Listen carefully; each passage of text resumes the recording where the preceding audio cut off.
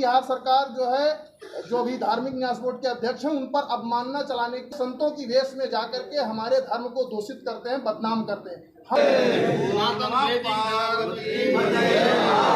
से अलग हट करके और एक कुटिया बना करके और अपनी विचारधारा का प्रचार। आप देख रहे हैं MA न्यूज। नमस्कार, MA न्यूज में स्वागत है। मैं हूं नीरज। न्यास बोर्ड का गठबंधन संतों के संरक्षण के लिए हुआ था, पर अब न्यास बोर्ड ही संत के साथ अन्याय कर रही है। बोर्ड के अंदर राजनीति के लोगों का गोल होने का आरोप लगाया संतों ने। राजा महाराजा के समय में दान में दी गई जमीन को छीनने का प्रयास कर रहे हैं लोग। गिरिराज सिंह को अपना नेता बताया तथा बिहार की वर्तमान सरकार को खूब कोशिश। बने रहिए MA न्यूज के साथ। श्री चंद्र भगवान की, भेद भगवान की, सभी संत महापुरुषों की। ओम नमः पार्वती पते हर हर। आज हमारे श्री संत पंच परमेश्वर के मार्गदर्शन और नेतृत्व में श्री उदासीन पंचायती बड़ा अखाड़ा, श्री पंचायती उदासीन नया अखाड़ा के तत्वावधान में जो उदासीन भेद संरक्षक समिति का 2019 में गठन हुआ था, वो अखिल भारतीय स्तर का बन करके बृहद रूप में संपूर्ण भारतवर्ष में कार्य कर रही है। आज वही कार्य करते हुए आज हमारे बिहार प्रदेश में इस पटना साहिब में और पूरे बिहार के हमारे जो संत महापुरुष हैं, भेद भगवान के शीर्ष पदों पर जो बैठे हुए हैं, ऐसे हमारे प्रदेश के, बिहार प्रदेश के अध्यक्ष अखिल भारतीय उदासीन परिषद के, ऐसे हमारे श्रद्धेय राम जीवन दास जी महाराज, उपाध्यक्ष हमारे परम श्रद्धेय उद्धव दास जी महाराज, सचिव हमारे परम श्रद्धेय शिवमुनि जी महाराज, हमारे युवा पीढ़ी को और बहुत ही जोर शोर से समाज की आवाज उठाने वाले ऐसे परम श्रद्धेय महंत दयानंद मुनि जी महाराज, और हमारे बहुत ही सम्माननीय और संतों के लिए सतत प्रयासरत रहने वाले ऐसे धर्मदास जी महाराज, विवेक मुनि जी महाराज, कृष्ण मुनि जी महाराज, और हमारे सभी पूज्य संत चरण जो यहाँ पर बैठे हैं, उन सभी को मैं प्रणाम करता हूँ। सबसे बड़ी बात है कि हमारी उदासीन परंपरा जो आदि उदासीनाचार सनातन सनत कुमार है, उनसे चली हुई है। जो जगत गुरु श्री चंद्र भगवान है, हमारे 175वें आचार्य थे। संपूर्ण भारतवर्ष में हमारे उदासीन संप्रदाय की शाखाएं हैं, संस्थान है, तपस्वियों की, विद्वानों की, त्यागियों की, जो समय समय पर समाज की, देश की सेवा करते रहते हैं। आज आवश्यकता है हमारे उदासीन संप्रदाय के समस्त संत महंत गठित होकर के पूरे जो समाज की जो सेवा कर रहे हैं उसको और आगे बढ़ाएं। परंतु मेरा एक निवेदन है सरकार से भी और यहाँ की जो न्यास समिति है उससे भी, कि हमारे जो उदासीन संप्रदाय की जितनी शाखाएं हैं संपूर्ण भारतवर्ष में तो हैं, विशेष करके बिहार प्रदेश में जितनी शाखाएं हैं, उनमें ये जो अनाधिकार चेष्टा कर रहे हैं, जो कुदृष्टि कर रहे हैं, हमारे जो संत महापुरुषों के जो स्थान हैं, उसमें जो यत्र तत्र उसको षड्यंत्र के तहत कहीं पर कब्जाने का प्रयास कर रहे हैं, कहीं पर कुछ और माध्यम से, वो सब ये नहीं चलेगा। ये हमारे उदासीन संप्रदाय बहुत बड़ी पूरे भारतवर्ष में शाखा है, पुरानी परंपरा है। यदि कोई संत की समस्या है किसी स्थान पर, तो उसका निर्णय ये भेद करेगा। हमारे अंगने में सरकार का कोई कार्य नहीं। सरकार का कार्य है कि समाज के उत्थान के लिए इसका सहयोग करना, ताकि हमारा भेद सनातन धर्म का प्रचार प्रसार कर सके। हर समाज में एकता है, और समाज में सरकार हाथ नहीं डालेगी, न मस्जिद में हाथ डालेगी, न चर्च में हाथ डालेगी, न गुरुद्वारा डालेगी, तो मठ मंदिरों में डालेगी, संगतों में डालेगी। ऐसा क्यों भाई? संतों ने क्या बिगाड़ा है?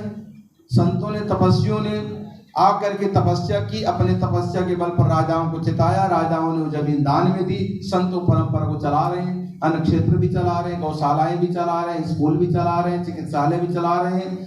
तो मेरा सरकार से निवेदन है कि हमारे मठ मंदिरों संगतों को संरक्षण देने में सहयोग करें। संतों को परेशान करने में कभी न्यास के माध्यम से, कभी धर्मार्थ बोर्ड के माध्यम से ये जो कर रहे हैं वो ठीक नहीं। हमारी उदासीन परंपरा है, वो त्यागियों की भी है, सदगृहस्थियों के भी है। हमारे दो चलते हैं, नाद और बिंदु। तो हमारे दोनों परंपराएं चलती हैं और दोनों परंपराओं का संरक्षण संवर्धन के लिए आज ये पटना में आज पूरे बिहार प्रदेश के हमारे भेग भगवान एकत्रित हुए हैं और सब ने निर्णय लिया है कि इस संत समाज की एकता अखंडता को बना करके हम समाज में और अधिक सेवा कर सकेंगे और अधिक इसका विकास कर सकेंगे। इसी उद्देश्य से आज ये पूरा संत समाज भेग भगवान एकत्रित हुआ है। तो हमारे राष्ट्रीय संगठन सचिव डॉक्टर स्वामी संतोष मुनि हमारे साथ, मैं हरिद्वार से आया और हमारे उदासीन पंचायती बड़े अखाड़े नए अखाड़े उन्होंने मिलकर के संकल्प किया और वहां से भेजा गया कि आप जाकर के पूरे संत समाज को आप सहयोग प्रदान करें। तो हमारे बिहार प्रदेश की जो समस्याएं हैं वो हमारा ये भेग भगवान मिलकर ही समस्या का समाधान करेगा। और सरकार से मैं निवेदन करता हूं कि सरकार उसमें सहयोग करे ताकि सनातन धर्म की वृद्धि हो, समाज में भाईचारा, प्रेम, अखंडता, एकता बनी रहे। यही मैं सरकार से निवेदन करता हूं और पूरे भेग भगवान को मैं साधुवाद प्रदान करता हूं। आपने केवल एक आह्वान पर आज यहाँ पर एकत्रित हुए हैं, तो मैं सारे भेग भगवान संतों के चरणों में बारंबार प्रणाम करता हूं कि आप ऐसी प्रकार सहयोग मिलता रहे। अब मैं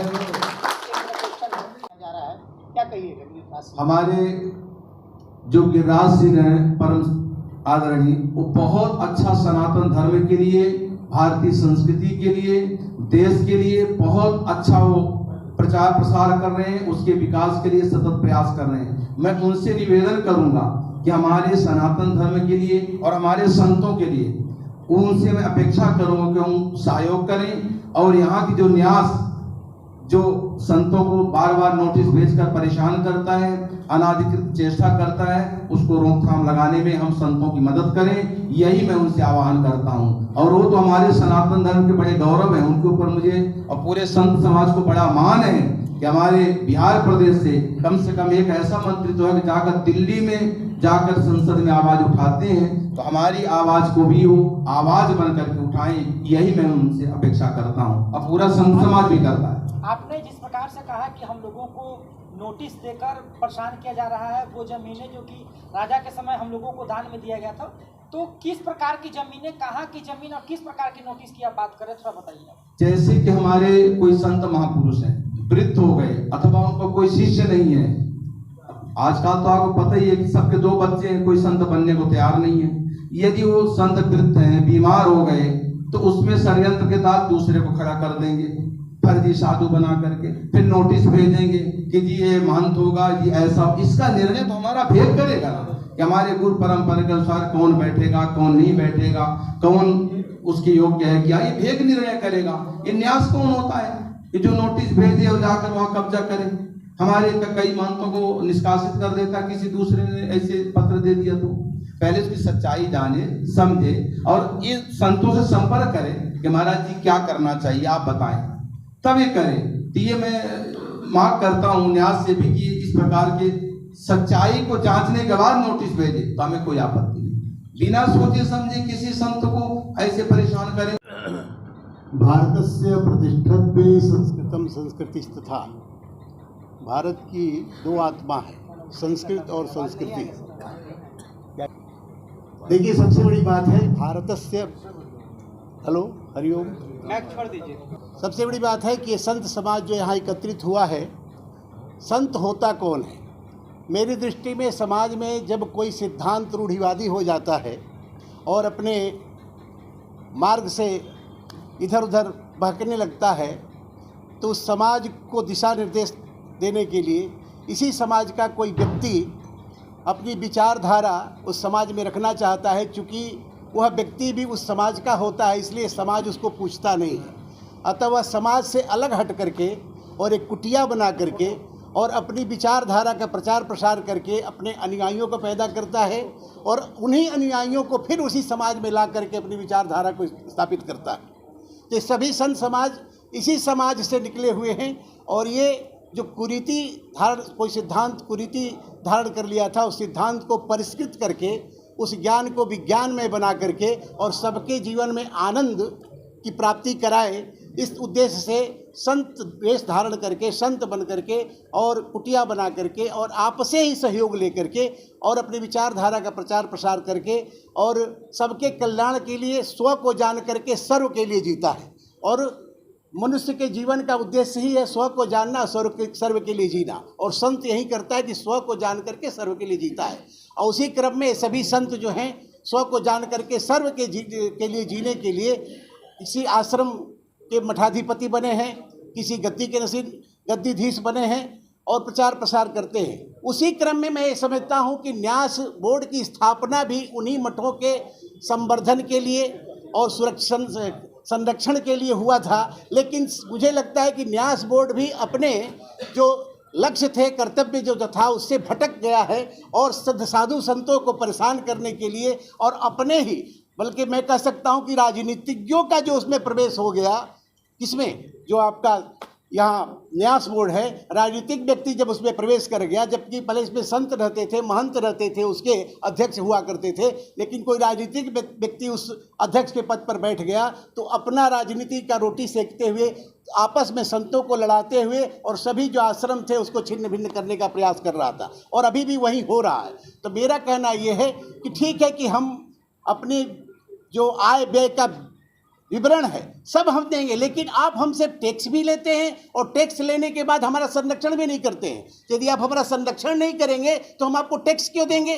फिर हम अपने जैसे लोग इंडिविजुअल जो अपना क्या नाम है रिटर्न फाइल करते हैं, हम भी रिटर्न फाइल करेंगे और अपना कर्तव्य का पालन करेंगे, अपना लड़ेंगे। लेकिन हमसे जब आप टैक्स लेते हैं तो हमारा संवर्धन भी कीजिए, हमारा संरक्षण भी कीजिए, तब तो आपकी भूमिका समझ में आती है।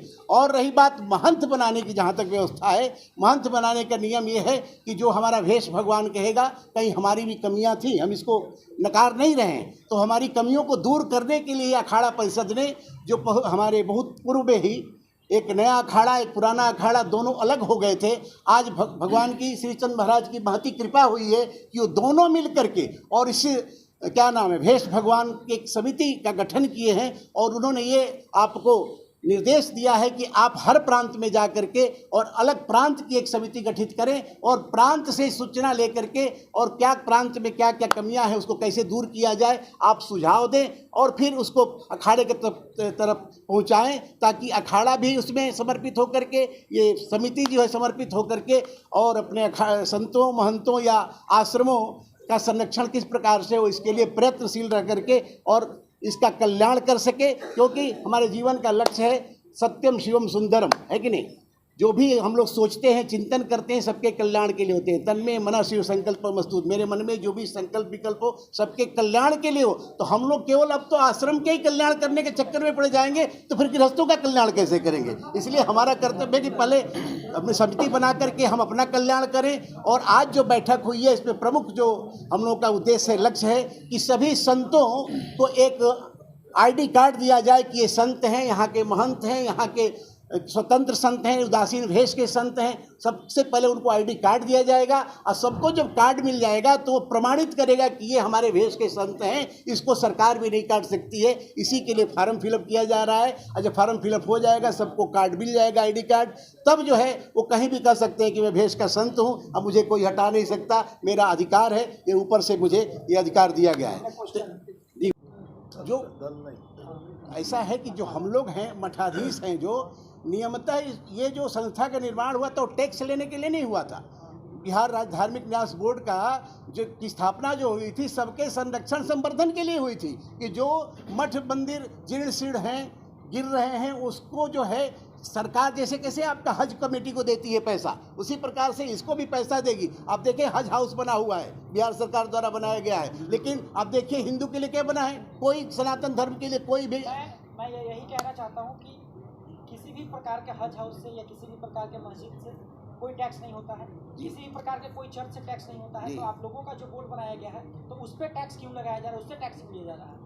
वो मैंने समझ में वो ले तो रहे हैं, केवल अपने को जो वेतनमान जो अपने कर्मचारियों को देते हैं उसी टैक्स से देते हैं, जबकि ये गलत है, नहीं होना चाहिए। सरकार का कर्तव्य बनता है कि सरकार उनका वेतनमान दे जो उनके कर्मचारी हैं न्यास बोर्ड के। वो हमारे हमारे जो आमदनी है, जो आश्रमों से जो आमदनी होती है, मंदिरों से जो आमदनी होती है, उस टैक्स से उनका वेतन देते हैं, जो कि गलत है। इस सरकार को विचार करके और सबके प्रति बराबर का भाव रखना चाहिए। ये नहीं कि किसी को विशेषाधिकार दे दिया और किसी को कुछ नहीं दिया, उसकी चर्चा ही नहीं जब करें। चर्च में नहीं लेते टैक्स, जब मस्जिद में नहीं लेते, जब अन्य उसमें नहीं लेते गुरुद्वारे में, इसमें क्यों लिया जा रहा है हमारे मठ मंदिर? इसी बात का विश्लेषण शुरू से जो मैंने बताया कि मस्जिद में नहीं होता है, चर्च में नहीं होता है, आप लोगों से क्यों लिया जा रहा है, इसी बात का विश्लेषण आप लोग करते हैं।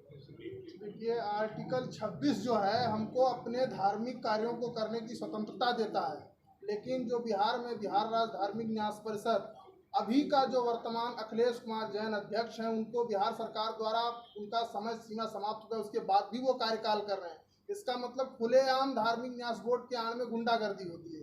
किसी समय मैं किसी पार्टी का पक्षधर नहीं हूँ। कांग्रेस सरकार ने अधिनियम 1950-1951 में लेकर के लागू किया, जिससे मठ मंदिरों को गुलाम बनाया। धारा 33 कहती है कि जहाँ मठाधीश और गुरु शिष्य की परंपरा है, वहाँ धार्मिक न्यास बोर्ड न्यास समिति नहीं बना सकता है। लेकिन रिश्वतखोरों के कारण, भूमि विक्रय के दलालों के कारण वहाँ न्यास समिति बना करके ये कार्य किया जा रहा है, अतिक्रमण कराया जा रहा है, लीज दिया जा रहा है। ऐसे सैकड़ों उदाहरण हैं। माननीय सर्वोच्च न्यायालय का आदेश है, ऐसे सैकड़ों आदेश हैं। आर्टिकल 13(3) का अनुच्छेद 25-26 हमको पूरी स्वतंत्रता देते हैं अपने संप्रदाय की स्थावर जंगम और सभी संपत्तियों को, चल संपत्तियों को संचालन करने का अधिकार देती है। लेकिन बिहार में ऐसा हुआ कि जो अधिनियम 1950 आने के बाद हमारे मठ मंदिरों को उसकी आड़ में महंत को दोषी बना करके किसी न किसी प्रकार से उनसे धन ऐंठने का काम किया गया। इसके सैकड़ों उदाहरण हैं।